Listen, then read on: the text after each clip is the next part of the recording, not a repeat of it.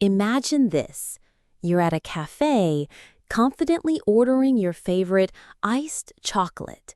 But instead of smiling, the barista bursts out laughing because you accidentally asked for ice chocolate. Or picture introducing your friend Mike at a party, but it comes out sounding like milk.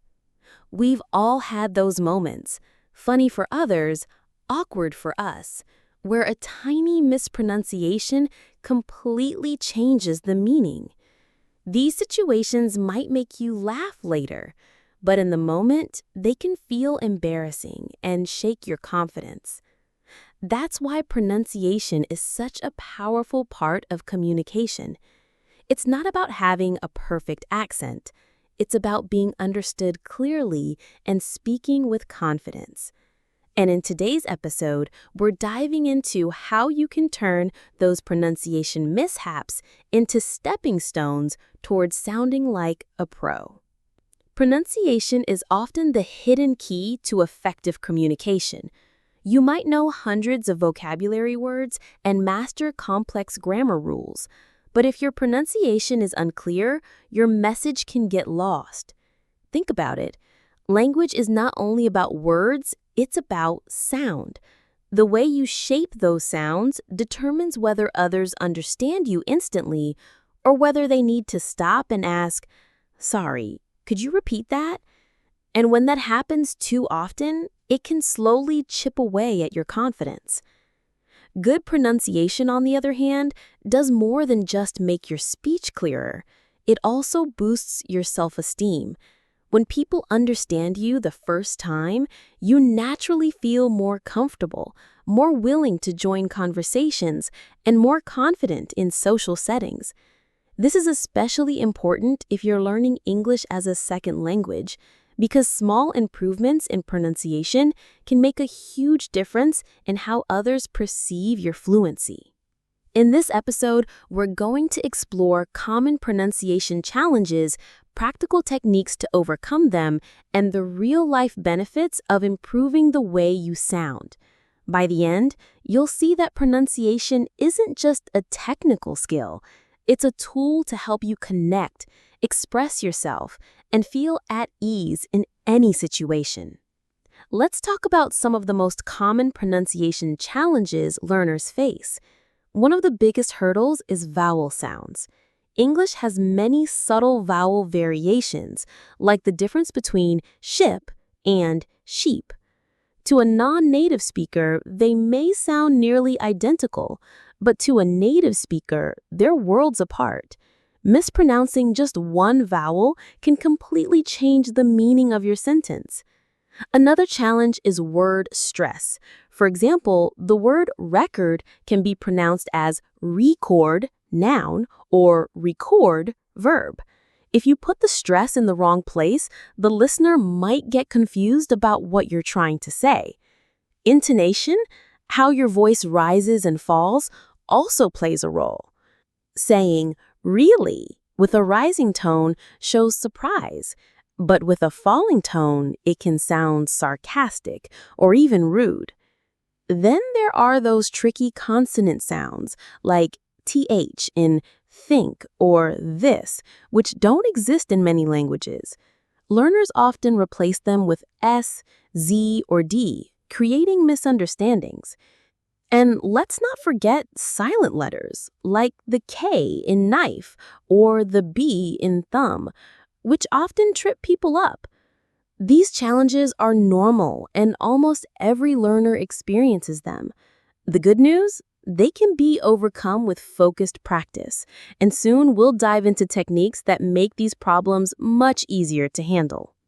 Now that we've identified the challenges, let's dive into practical techniques that can truly transform your pronunciation. The first method is shadowing, listening to a native speaker and repeating immediately after them, mimicking their rhythm, stress, and intonation. This technique trains your mouth muscles and your ear at the same time, making it one of the fastest ways to sound more natural. Another powerful tool is phonetic awareness. Spend a little time learning the International Phonetic Alphabet or at least recognizing the symbols for sounds that don't exist in your native language. For example, understanding the difference between the TH in think and the TH in this can give you clarity that simple spelling won't. Next is record and compare. Record yourself reading a sentence, then listen to a native speaker saying the same line. Compare both versions to spot where your pronunciation differs. This self-feedback loop is incredibly effective because you'll hear mistakes you didn't even realize you were making. Finally, focus on muscle training. Just like in the gym, your tongue, lips, and jaw need practice to create new sounds. Simple exercises like exaggerating mouth movements, stretching vowels, or practicing tongue twisters like 33 Thirsty Thieves can build accuracy and agility. These techniques may seem small, but applied consistently, they build confidence and clarity. And once you notice improvement, speaking English becomes less stressful and far more enjoyable. We've covered some powerful techniques, so let's take a moment to tie them together and see how they work in real life. Shadowing, phonetic awareness, recording yourself, and muscle training all complement each other. Think of them as tools in your pronunciation toolbox. You don't need to use all of them every single day, but picking one or two consistently can make a big difference over time. To illustrate this, let's look at a few success stories. Take Anna, for example, an English learner who struggled with the R sound. She practiced daily tongue twisters like red lorry, yellow lorry, and combined that with shadowing American TV shows. After 3 months, her friends noticed how much clearer her speech had become, and her confidence skyrocketed.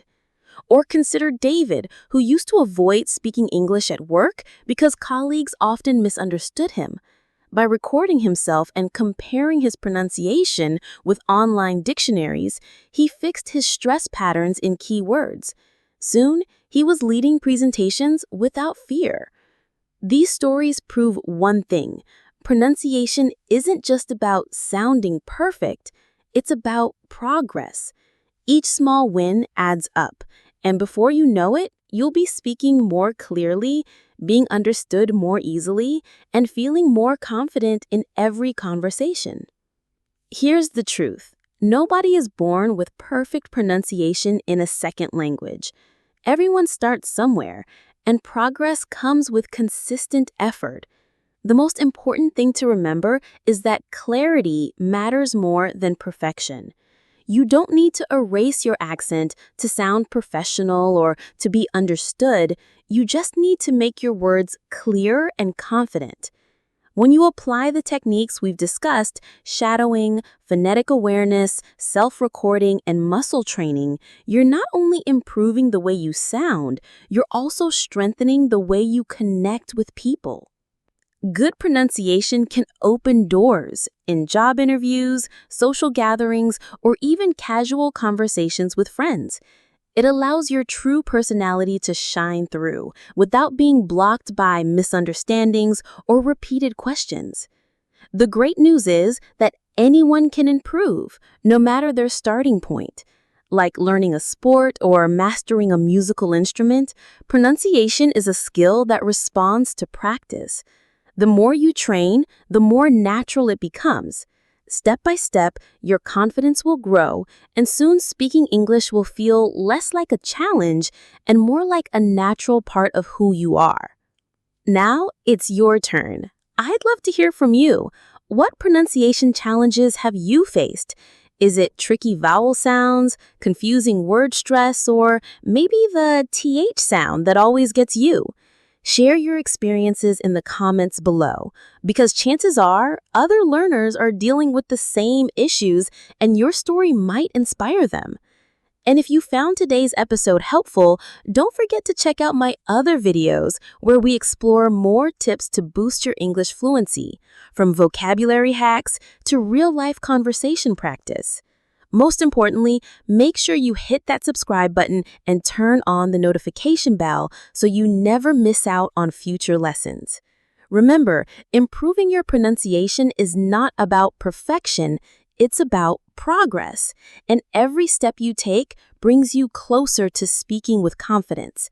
So keep practicing, keep sharing, and I'll see you in the next episode.